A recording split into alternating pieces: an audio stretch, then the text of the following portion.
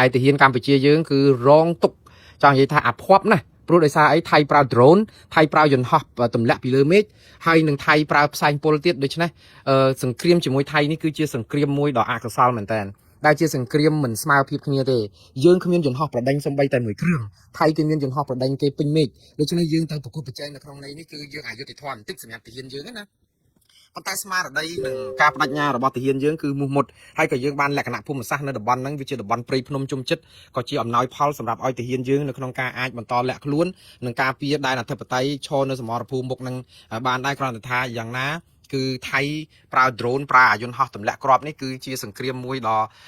មានព្រៀបខ្លាំងមែនទែនលើកម្ពុជាក្នុងនាមសភាវុធណាហើយបើសិនជាសង្គ្រាមនេះវានៅរ៉ាំរ៉ៃវានៅអូសបន្លាយពេលយូរគឺអ្នកដែលពលីគឺទាហានជួរមុខយើងនឹងរងគ្រោះកាន់តែ